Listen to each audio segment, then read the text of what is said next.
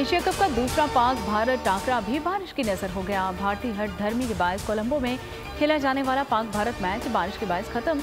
Match आज दोपहर 2:30 बजे दोबारा शुरू होगा। भारत अपनी नामुकम्मल इनिंग पूरी करेगा। मैच वहीं से शुरू होगा जहां खत्म हुआ था।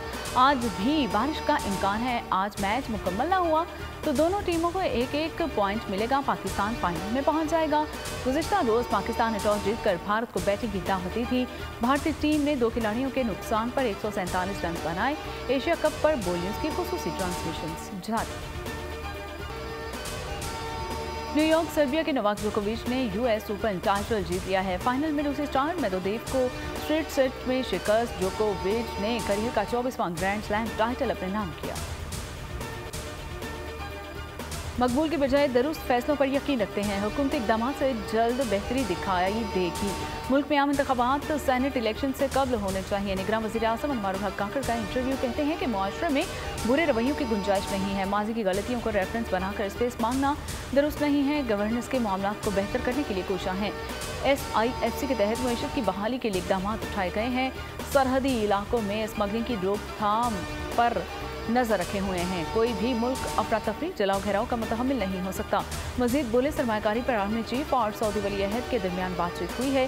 पाकिस्तान खित्ते के ममालिक के साथ मुआशी ताल्लुकात को बेहतरी में शामिल कर रहा है।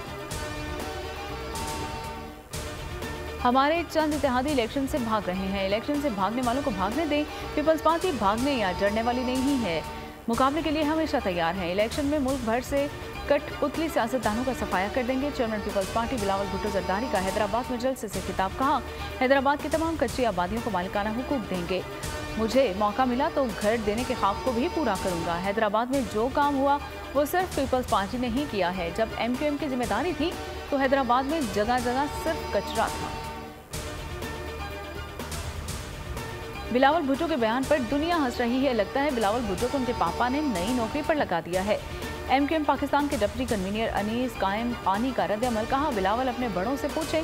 MQM की तारीख डरने वालों की नहीं बल्कि लड़ने वालों की है।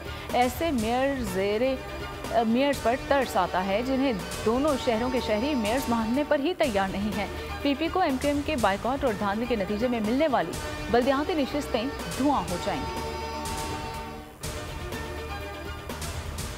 चौधरी परवेज इलाही के लिए एस्टैब्लिशमेंट से बात नहीं करेंगे। परवेज इलाही ने झूठ बोला कि चौधरी शुजात ने उन्हें कहा कि पाकिस्तान तहरीक इंसाफ में रहें।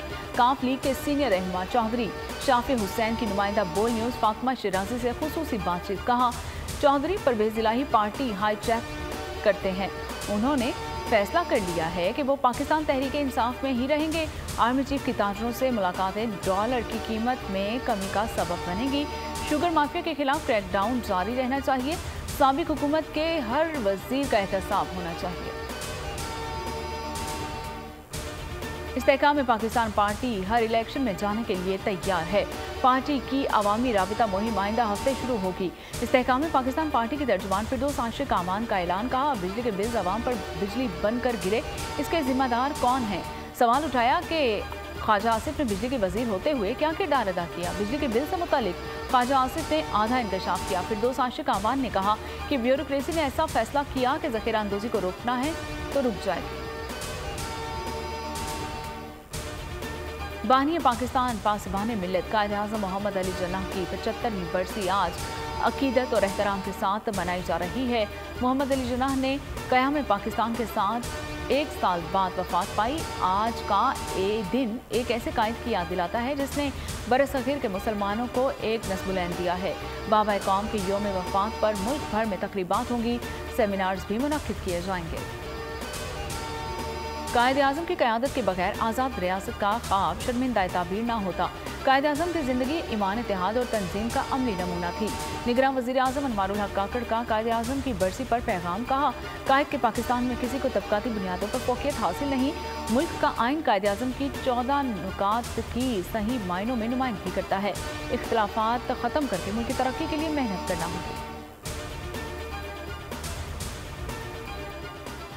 स्मगलिंग या ज़ख़ीरा अंदोज़ी में मछली छोटी हो या बड़ी, किसी को नहीं छोड़ा जाएगा। मुआशी चैलेंज से रियासत बनकर मुकाबला करेंगे। निगरान वज़ीर दाखिला सरफराज भुट्टी की न्यूज़ कॉन्फ्रेंस। कहा, ज़ख़ीरा अंदोज़ी करने वालों को जेलों में डालेंगे। स्मगलिंग करने वालों से कोई रियायत नहीं बरती जाएगी। हुकूमत इन बुराइयों के खिलाफ इंतहा तक जाएगी। ज़ख़ीरा अंदोज़ों की निशानदही करके आम शहरी हुकूमत की मदद करें। मज़ीद कहा कि हमारा मुल्क अब गैर मुल्की तारकीन वतन का बोझ नहीं उठा सकता, उन्हें अपने वतन वापस जाना पड़ेगा। मज़ीद कहा कि डेरा भुगते से फुटबॉलर्स को BRA ने अगवा किया है, बाजियाबी तक चैन से नहीं बैठेंगे।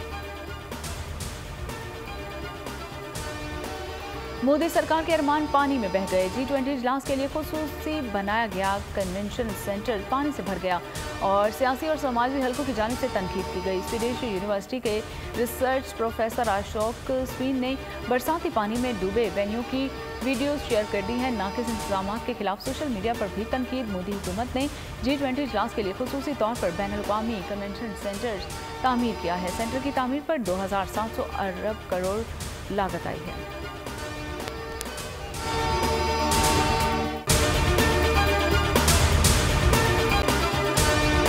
अगर आपको ये वीडियो पसंद आई है तो हमारे चैनल को सब्सक्राइब कीजिए और बेल आइकन को प्रेस कीजिए। सब्सक्राइब करें और बेल दबाएं ताकि कोई खबर रह न जाए।